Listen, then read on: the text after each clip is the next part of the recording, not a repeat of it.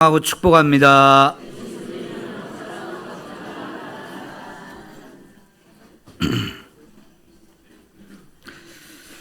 오늘 사사기 6장을 읽었는데요.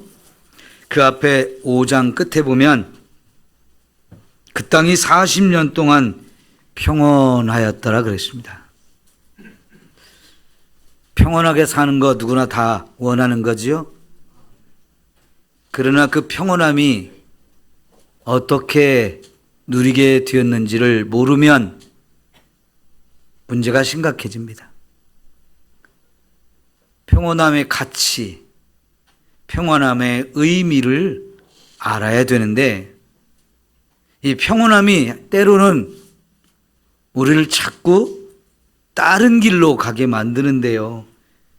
6장 시작할 때 뭐라고 시작합니까? 이스라엘 자손이 또 여호와의 목전에 악을 행하였다라고 말씀하고 있어요.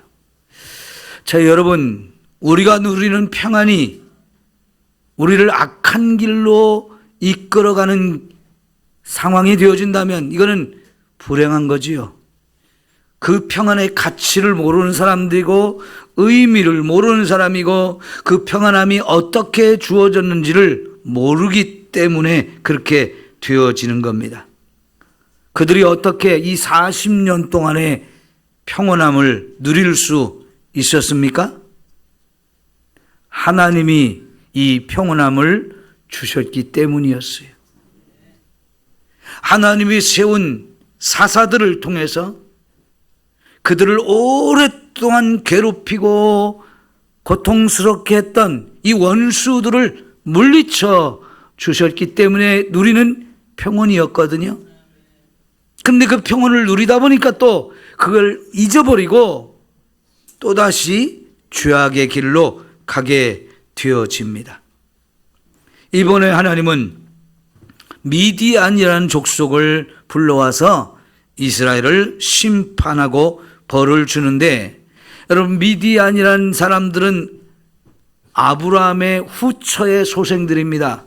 이들이 일찍 가나안 땅을 떠나서 동쪽으로 가면서 지금의 사우디아라비아 지역에 살고 있었던 사람들이고요. 모세도 애굽에서 도망가서 이제 이 미디안족으로 도망갔고, 그때 거기서 양치기를 하면서 자기 부인도 그 미디안 족속 중에서 얻었잖아요. 그 미디안이 사막 깊은 곳에 살던 사람들인데 역사적으로 한 번도 미디안이라는 이 족속들이 강성해진 적이 없었어요. 그런데 이번에 하나님은 이스라엘을 벌을 주기 위해서 그렇게 미약했던 사막에 떠돌던 민족들을 강성하게 하시더니 이제 아말렉 족속도 데려오고 동방 사람들도 함께 데려와서 이스라엘을 괴롭히기 시작했는데 7년 동안 괴롭혔다는 겁니다. 농사를 짓고 사는데 수확철이 되면 이 아말렉 족속과 미디안 사람들이 막 낙타를 타고 수없이 많은 사람들이 와서 모든 농산물을 다 빼앗아가는 거예요. 힘쓰고 애써서 정말 땀을 흘려서 농사를 지었는데 기쁨으로 그걸 거뒀는데 이걸 싹 쓸어 가버리니 여러분, 이스라엘이 어떻게 삽니까? 뭘 먹고 삽니까? 너무나 고통스러운 거지요. 그것도 7년이라는 세월을 이렇게 괴롭힘을 당할 때 이들은 쉽게 깨닫지 못해요. 왜 우리가 이런 고난을 겪어야 되는가? 이럴 때 하나님은 어디 계시지? 우리가 오늘 읽은 말씀에 기드온이 하나님의 사자에게 했던 말들이 이런 얘기잖아요. 나의 주여, 여호와께서 우리와 함께 계시면 어찌하여 이 모든 일이 우리에게 일어났나이까? 또 우리 조상들이 일찍이 우리에게 이르기를 여호와께서 우리를 애굽에서 올라오게 하신 것이 아니냐 한 그 모든 이적이 어디 있나이까? 이제 여호와께서 우리를 버리사 미디안의 손에 우리를 넘겨주셨나이다. 이게 기드온이 가지고 있던 생각이었고 하나님께 바로 질문으로 했던 이야기인데요. 그래도 기드온은 이 질문 속에 자기들이 현실 문제, 자기들이 닥친 이 고난의 문제를 하나님과 연결시켜서 생각했어요. 하나님이 왜 이런 고난을 우리에게 주시는가? 하나님이 정말 우리를 버려서 미디안에게 넘겨준 건가? 지금 이 기드온의 생각이 아마 많은 그 당시 유대인들의 생각이었을 텐데요. 이런 깨달음을 얻기까지도 7년이란 시간이 지나야 깨닫게 됐어요. 그동안 이런 고생을 하면서도 문제의 원인이 무엇인지를 깨닫지 못한 거죠. 자기들의 죄 때문에 하나님이 정말 미디안에게 이들을 팔아 넘겼다는 사실을 깨닫지 못했었는데요. 7년의 고생을 하면서 이렇게 하나씩 둘씩 깨닫기 시작하지요. 미디안이라는 족은 상상도 못했던 적입니다. 그들이 우리를 공격할 것이라 생각 못했어요. 우선 그들은 힘이 미약했거든요. 숫자도 많지 않았거든요. 또 한편으로는 광야를 인도할 때 모세의 장인 족속이 바로 그런 족속이었거든요.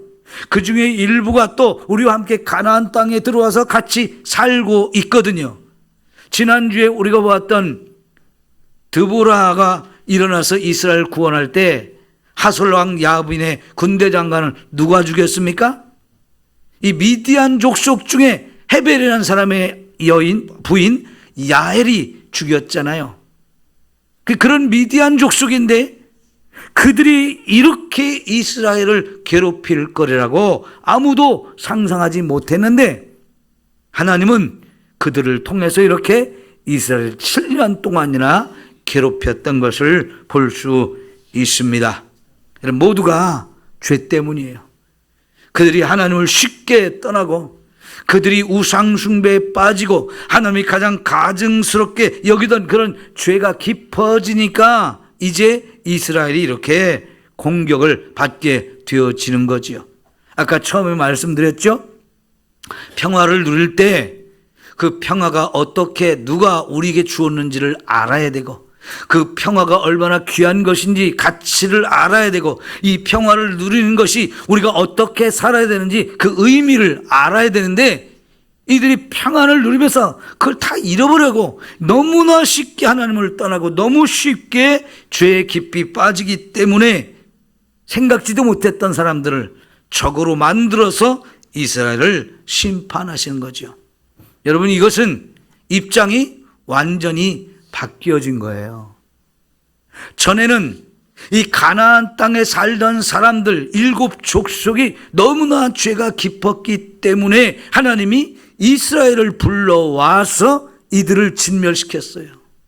이스라엘이 하나님의 심판의 도구가 되어서 이들을 진멸시키고 이제 이스라엘이 그 땅에 살게 되었거든요. 근데 이제는 하나님 주신 그 땅에 들어가 살면서 가나안 이스라엘 백성이 또 심각한 죄에 빠지는데 그 땅에서 멸망했던 사람들이 믿던 신과 그들이 살던 가증스러운 죄를 그대로 본받아서 살기에 이제는 이들이 심판을 받아야 되는 대상이 되고 만 거예요.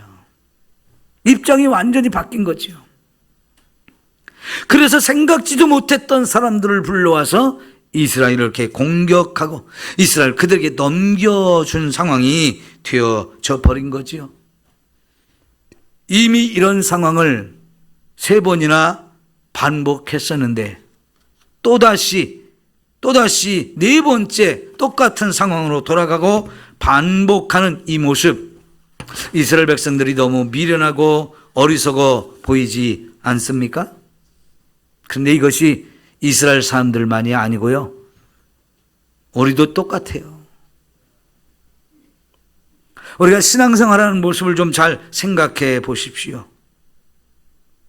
우리의 믿음이 너무 안 자라잖아요. 난 맨날 제자리에 머물러 있어요.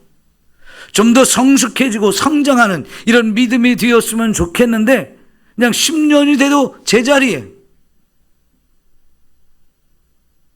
말씀에 불순종하고 아이고 하나님 잘못했어요 깨닫고 회개해서 또 용서받고 그리고는 또 돌아가서 또 죄를 짓고 불순종하고 부끄럽게 사는 일들을 또 반복하다 하나님 또 잘못했어요. 또 돌아가서 회개하고 하나님 용서해 주시면 얼마 안 있어 또 다시 옛 생활로 돌아가는 모습. 다람쥐 쳇바퀴 돌듯이 뱅뱅뱅뱅 그 자리만 맴돌고 있는 이런 모습이 오늘 우리들의 모습과 닮지 않았나요? 여러분, 우리 믿음이 좀 자랐으면 좋겠어요. 어떻게 해야 우리의 믿음이 자랍니까? 첫째가 예배를 잘 드리는 겁니다. 그리고 말씀을 잘 깨닫는 겁니다. 그리고 그 말씀에 철저하게 순종하는 삶이 있을 때 우리의 믿음은 성장하게 되어 있어요. 여러분, 교회에서 예배 드리고 말씀 들으면서 은혜 받았다 이걸로 끝나지 마시고요, 말씀을 잘 깨달았으면 반드시 우리의 생활 속에서 이제부터는 내가 말씀대로 살아야 되겠다면서 내가 말씀대로 살지 못하는 것 한 가지씩을 바꾸어 나가고 변화되고 새로워지는 은혜가 반드시 필요합니다. 그래야 우리 믿음이 성장하는 것이고, 그러다 보면 우리의 속사람도 성숙해진단 말이에요. 예수 믿는 사람이지만 세상 사람들에게 자꾸 욕을 먹는 이유가 뭡니까? 예수님을 닮아가지 못하기 때문에 그래요.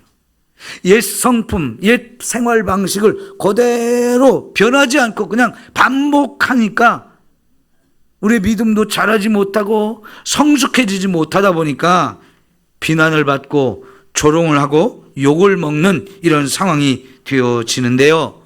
사랑하는 성도 여러분, 이제는 정말 우리 신앙생활 잘 하기 위해서 결단을 하시고 말씀을 듣고 읽고 깨달은 대로 철저하게 말씀에 순종하시기를 축원합니다. 그래야 이 악순환의 고리를 끊어버리고 우리가 더 멋지고 아름다운 신앙생활하는 모습으로 달라질 수가 있는 거예요. 이게 안 되면 때때로 하나님이 저와 여러분의 삶에 징계를 주실 수도 있어요. 그러면 정신 바짝 차리고 이제부터 내가 제대로 신앙생활 하자면서 새로운 모습으로 우리가 회개하고 죄를 완전히 끊어버리고 하나님 앞에 정말 하나님 내가 새로워지기 원합니다 결단하면서 진정으로 변화가 여러분에게 있기를 축원합니다. 그래야 이런 악순환을 반복하지 않게 되어지는 거지요. 자, 이제 하나님께서 이런 상황 속에 있는 이스라엘을 위해서 또다시 구원자를 세워주십니다. 오늘 우리가 보는 주인공은 누굽니까? 기드온이죠. 여러분도 많이 들어서 잘 알고 있는 사람입니다.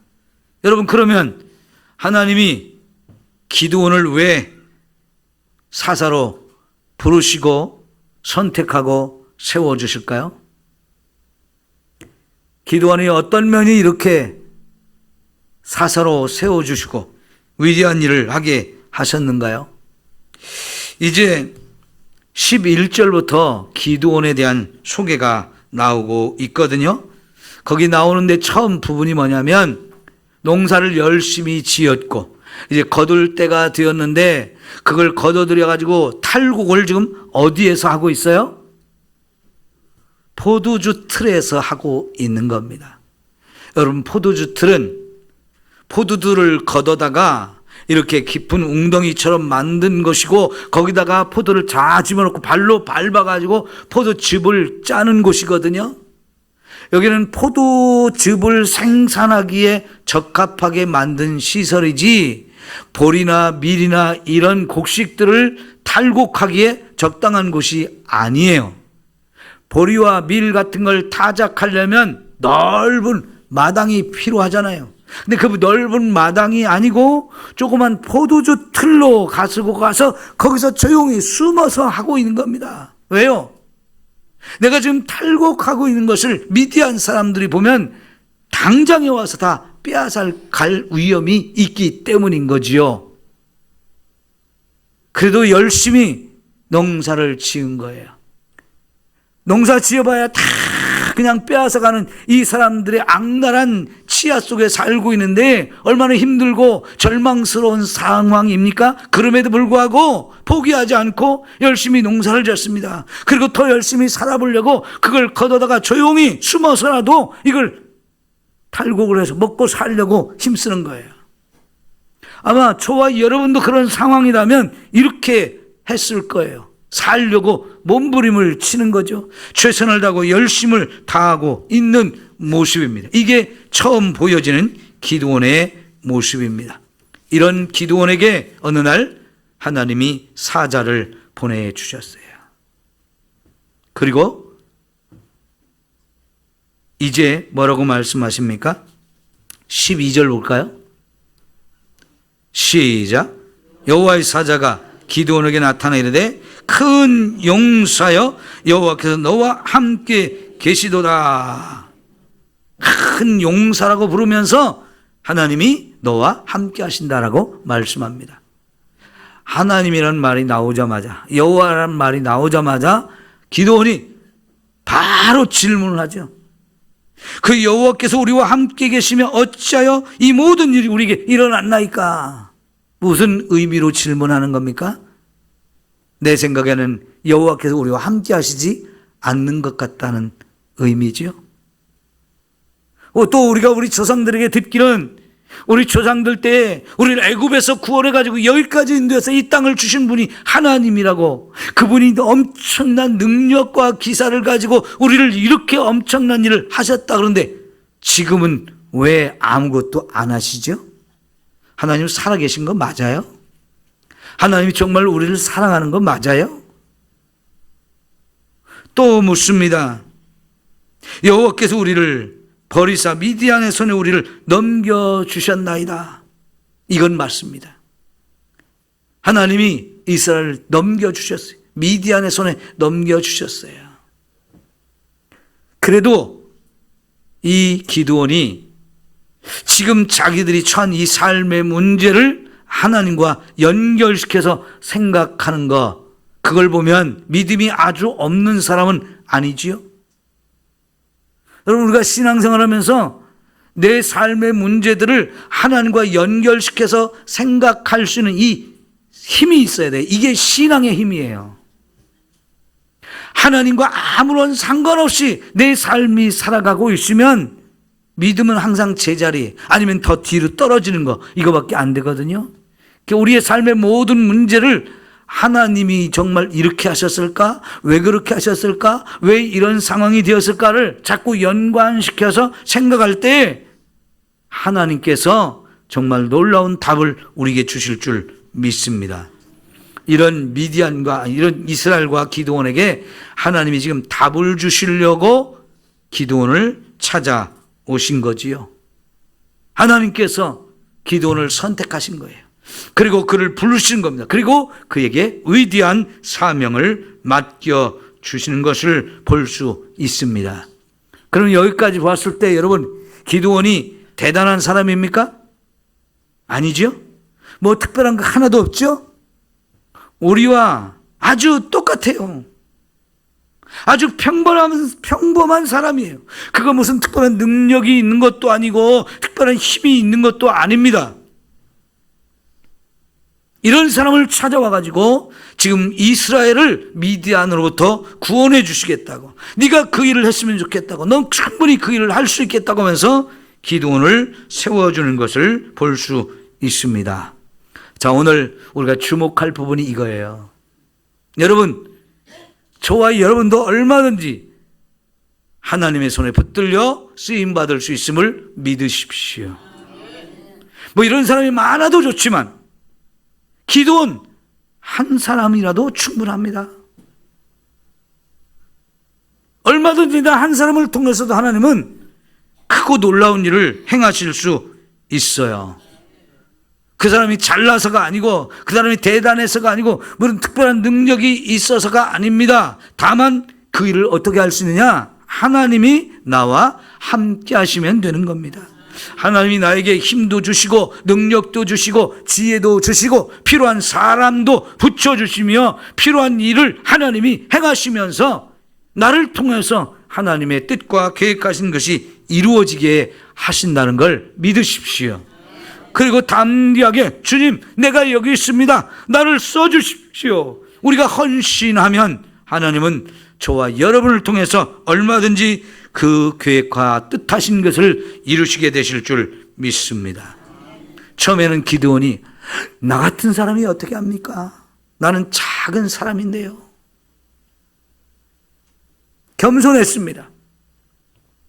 그래요. 우리가 작은 사람일지라도 하나님이 그 작은 사람을 통해서 얼마든지 일을 하시는 걸 볼 수 있잖아요. 오병이어의 기적이 어린아이 한 사람 때문에 일어났잖아요. 그가 가지고 있던 도시락, 보리떡 5개, 물고기 2마리, 아침에 엄마가 너 점심에 이걸 먹어라 하고 싸준 어린아이의 도시락 하나를 가지고 예수님이 5,000명을 먹이고도 12광주리가 남는 놀라운 기적을 이루셨습니다. 여러분, 그날에 제일 기뻐한 사람이 누구겠어요? 이 도시락의 주인공, 그 어린아이였을 거예요.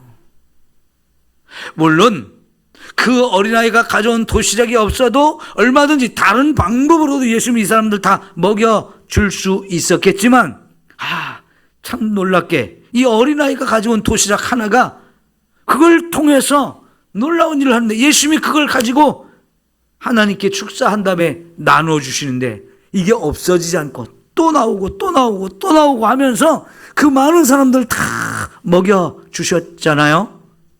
여러분, 우리가 생각할 때 바울이 참 대단한 사람인데 그는 최고의 공부를 한 사람이에요. 정말 똑똑했습니다. 아는 것이 많았습니다. 그의 앞길도 활짝 열려져 있었어요. 그런데 그가 하나님의 부르심을 받고 하나님을 만나고 난 다음에 그가 생각한 것이 뭐냐면, 이전에 내가 좋다고 귀한 거라고 너무나 소중한 것이라고 얻기 위해서 또 정말 열심히 노력해가지고 정말 많은 공부도 했고 탁월한 사람이었지만 예수님을 믿고 보니까 그게 다 뭐처럼 보였다고요? 배설물처럼 보였다고 해서 그걸 다 버리셨다고 그랬어요. 그래서 하나님이 그를 쓰신 겁니다. 내가 잘났고 똑똑하고 많은 걸 안다고 이걸 거들먹거리면서 자랑하고 이것 때문에 내가 하나님 일을 할 수 있다고 했으면 하나님 그를 안 쓰셨을 거예요. 오히려 그가 어마어마한 걸 가졌지만, 자랑할 것을 많이 가졌지만 그게 예수님 안에 있는 것을 보니까 이게 배설물로 보이는 거예요. 그래서 다 내려놓았습니다. 그리고 예수님 안에 있는 그것을 얻으려 하고 그 안에서 자기가 발견되려고 하는 이 거룩한 욕심을 품으면서 하나님이 그를 통해서 마음껏 일을 하게 되신 것을 우리가 볼 수 있는 거지요. 여러분, 하나님의 일은 우리가 가진 것으로 하는 게 아닙니다. 우리가 힘이 있고 뭔가 많이 가졌고 잘나서 하는 것이 아니고 전적으로 하나님이 주신 힘과 지혜와 능력으로 하는 것임을 우리가 깨달아야 하는 거지요. 하나님이 요구하시는 게 뭐냐면 순종입니다. 그래서 25절에 보면 하나님이 찾아오셔가지고 온전한 번제를 드리게 하셔요. 기드온에게 밤에 찾아오셔서 너희 아버지 집에 7년 된 수소가 있는데 그걸로 하나님께 온전한 번제를 드리라. 바알의 제단을 헐고 하나님을 위해서 새로운 제단을 쌓고 아사랴 상을 찍어서 그걸로 불을 태워 이 소 제물로 하나님께 드려라 라고 했는데요, 사실은 이 명령이 쉬운 명령이 아니었어요. 목숨을 걸어야 했습니다. 왜냐고요? 아버지와 우리 조상들과 우리 부모들, 일가 친척들, 온 동네 사람이 다 일가 친척이거든요. 근데 그들이 모두가 함께 이 바알과 아세라를 섬겼잖아요.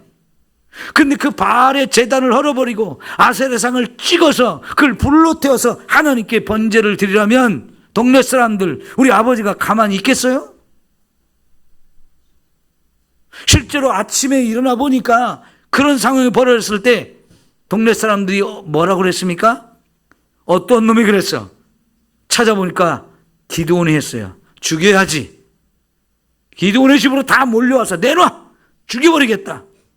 그러면 이만큼 이것은 목숨을 걸지 않으면 안 되는 일인데 놀랍게도 기드온이 그것을 순종하잖아요. 그건 죽을 각오를 하고 하나님의 말씀에 순종한 겁니다. 하나님의 말씀이기 때문에 내 아버지가 어떻게 생각하고 집안 어른들이 어떻게 생각하고 동네 사람들이 어떻게 생각하든지 그들에서 내가 죽음을 당할지라도 하나님의 명령에 순종하는 이 순종이 있었기에 하나님이 이런 사람을 사용하시는 거지요. 그러니까 하나님이 이런 번제를 드리라고 명령하신 것은 기드온이 순종하는지 안 하는지를 알기 원하셨기 때문입니다. 자, 여러분, 우리가 이제 33절에 보면 미디안이 또 다시 쳐들어온 걸 볼 수 있어요. 그런데 34절에 보면 그 순간 여호와의 영이 기드온에게 임했다는 겁니다. 이렇게 하나님이 쓸 사람에게 하나님은 성령을 부어 주십니다. 그리고는 그 성령께서 기드온을 이제 사용하시는데 이제 기드온이 나팔을 불어서 아비에셀 사람, 자기 동네 사람들 먼저 다 불렀어요. 그저 온 동네 사람들이 진짜 이제 기드온의 명령에 따르기 시작합니다. 그리고 자기 지파 므낫세 지파를 다 소집하니까 그들도 달려왔고요. 납달리와 스불론과 아셀 사람들 그 주변에 있는 다른 지파들에게도 소식을 전해서 모여와라 하니까 다 모여왔고요. 드디어 전쟁이 일어났습니다. 왜 기드온이 이런 일을 하는 겁니까? 하나님의 말씀대로 이제 미디안으로부터 이스라엘을 구원하려고 이렇게 일어선 거지요. 하나님의 성령을 부으시니까 성령께서 그를 지금 이렇게 이런 마음을 주시고 사용하시는 것을 우리가 확인해 볼 수 있는 겁니다. 이런 기드온의 순종에 의해서 이제 하나님의 뜻이 이루어지는데요. 여러분, 전쟁이 이제 시작되기 전인데 하나님께서는 이렇게 말씀하시죠. 7장 2절에 가면 이스라엘 군대 숫자가 너무 많다는 거예요. 아니 이게 뭔 말입니까? 전쟁을 하면 당연히 숫자가 많아야 되잖아요. 적보다도 숫자가 더 많아야 되잖아요. 나중에 보니까 이 미디안 사람들이 쳐들어온 숫자가 12만 5천 명이었어요. 그 앞에 이스라엘이 모인 숫자는 3만 5천 명이었어요. 근데 하나님이 이스라엘 숫자가 많다는 거예요. 많아요? 적어요? 우리가 보기에는 훨씬 적잖아요. 4분의 1밖에 안 되는 숫자인데 이게 많다니요. 하나님 많다고 하면서 이들 가운데서 두려워하는 마음이 있으면 다 돌려보내라 했더니요. 이 3만 5천 명 가운데에서 몇 명이 돌아갔느냐? 3절에 보니까 2만 2천 명이 돌아가고 10,000명 남았어요. 두려워하는 사람이 더 많았던 거지요. 이제 겨우 10,000명 남았는데요. 하나님이 아직도 많다 그래요. 아직도 많대. 그래서 이 사람들을 산에서 이제 훈련을 조금 시켰는지 어쩌는지 모르겠지만 저 산 밑으로 데리고 내려가서 이제 목마른 사람들 다 물을 마시게 해라. 물을 마시는데 사람마다 좀 다르게 물을 마셨나 봐요. 어떤 사람은 무릎 꿇고 고개를 땅에 물에 쳐박고 벌컥벌컥 마시는 사람이 있는가 하면 어떤 사람은 손으로 물을 떠서 이렇게 조용히 마시는 이런 사람들이 있는가 봐요. 그렇겠죠. 서로 다른 모습으로 먹었겠죠. 그런데 하나님 보시기에 300명을 그 가운데 골라내셨어요. 300명. 뭐 그들이 더 특별해서 골라낸 건 아니에요. 물론 어떤 자세로 먹느냐, 어떤 분은 그렇게 설명하기도 하더라고요. 고개를 쳐박고 물속에 쳐박고 그냥 벌컥벌컥 마시는 놈은 군인으로서 조심성이 없다고, 경계심이 없다고. 그런데 그걸 다 손으로 떠가지고 주변을 살피면서 먹는 놈이, 그래도 그놈이 군인답다고 그렇게 표현을 하기도 하지만 거기에는 큰 의미는 없다고 생각해. 왜요? 이들을 통해서 전쟁을 해가지고 이들이 막 그 강한 힘으로 적을 물리치는 건 아니기 때문에 그래요. 어쨌든 300명만 딱 남기고 다 돌려보냈어요. 근데 그 300명 갖고 뭐 합니까? 진짜 이 300명 가지고 뭐 전쟁을 승리를 할 수 있을까요? 하나님이 왜 이들을 돌려보내라고 하셨는지 7장 2절을 읽어볼까요? 자, 7장 2절입니다. 시작.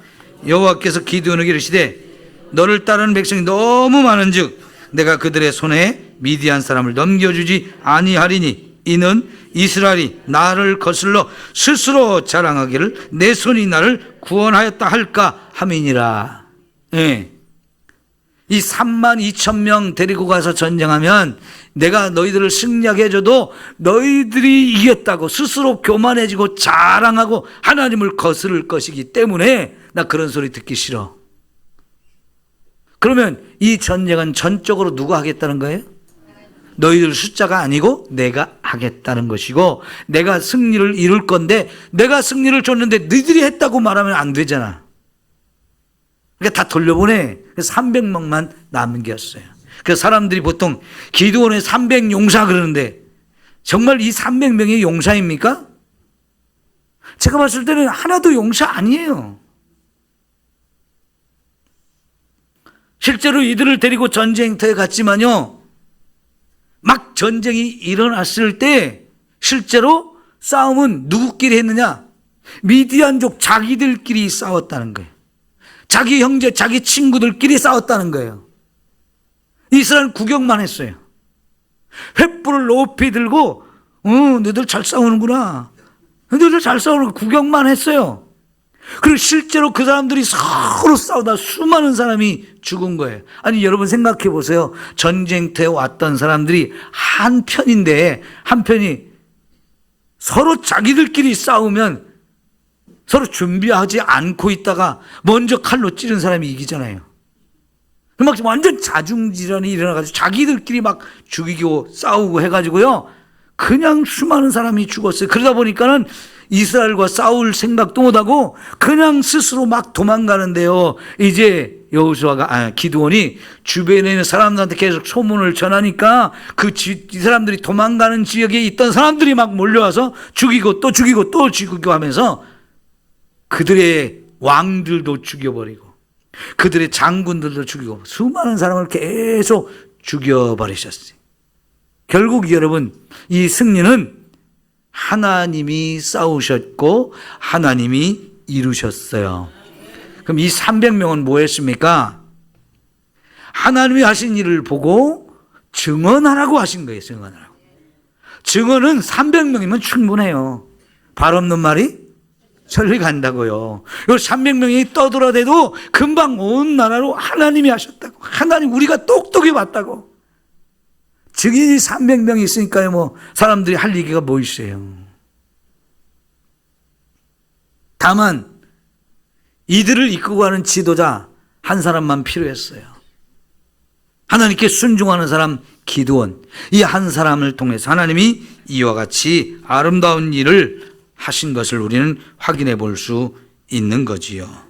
성도 여러분, 우리가 뭘 해보겠다고 해서 하나님이 일을 하는 게 아니고요, 하나님이 나를 써주시고 하나님이 나와 함께 하시고 하나님이 나보다 앞서 가시면서 하시는 것이 하나님의 일인 거예요. 다만 거기에 우리는 그냥 믿음으로 순종하고 헌신하면서 나가면 하나님이 이런 많은 일들을 이루어 주시면서 우리로 하여금 하나님이 하셨다고 영광을 돌리며 이렇게 쓰임을 받게 하시는 거지요. 얼마나 감사한 일이에요. 여러분, 예수님께서 12명의 제자를 부를 때 그들이 뭐 잘나고 똑똑한 사람들이었습니까? 대부분 고기를 잡던 바닷가의 어부들이었어요. 가장 배우지 못한 사람들, 그리고 가진 것이 없는 아주 연약한 사람들인데 그들을 통해서 세계를 복음화시키는 일을 시작하셨다고요. 어떻게 보면 말이 안 되는 것 같거든요. 그런데 그 평범한 사람들을 통해서 하나님은 증인이 되게 하시고 그들을 성령으로 충만하게 하셔서 성령께서 그들을 통해서 땅끝까지 이 복음이 증거되고 우리가 구원받는 역사를 경험하게 하셨잖아요. 그런 사람이 한 사람만 있어도 되어지고요, 그 일에 정말 헌신하는 그 사람이 이렇게 하나님이 하시는 일을 보게 되는 겁니다. 우리에게는 불가능해 보이는 일도 하나님께는 불가능이 없는 거지요. 여러분, 우리가 없어도 하나님은 일하실 수 있어요. 그럼 우리를 통해서 일하기를 원하셔요. 우리가 헌신하는 걸 기뻐하시고 우리가 순종하는 걸 기뻐하시면서 저와 여러분을 통해서 하나님이 위대한 일을 행하게 하시고 하나님이 영광 받으시고 우리는 하나님의 증인이 되기를 원하시는 거지요. 성도 여러분, 지금도 우리가 이 땅에서 하나님과 함께 해야 될 일이 우리 앞에 많이 있습니다. 큰 일이든지 작은 일이든지 두려워하지 마시고 하나님 우리를 불러주시고 써주시면 순종하십시오. 기꺼이 일어나시고 헌신하시고 나아갈 때 하나님께서 정말 우리를 하나님의 일꾼으로 써주시고 우리를 통해서 하나님의 일이 성취되게 하신 것을 경험할 수 있습니다. 하나님의 기쁨을 하나님과 함께 누리는 우리 모두가 되었으면 좋겠습니다. 기도합시다. 사랑하는 우리 하나님 아버지, 감사합니다. 아무것도 아닌 우리들 구원해 주시고 지금도 하나님이 우리를 사용하여 일하기를 원하시는 줄 믿습니다. 기드온처럼, 드보라처럼, 에훗처럼 별 볼 일 없고 평범한 사람이지만 하나님이 함께 하시면 이스라엘을 위기 속에서 구원하는 것처럼 이 시대에 우리도 하나님의 손에 붙들려 쓰임받기를 소망합니다. 주님, 내가 여기 있습니다. 나를 보내주시고 나를 써 주옵소서. 아무것도 가진 것 없고 힘이 부족하고 연약하지만 주님의 은혜로 쓰임받아 주께 영광 돌리기를 소망합니다. 예수님의 이름으로 기도합니다. 아멘. 우리 찬송가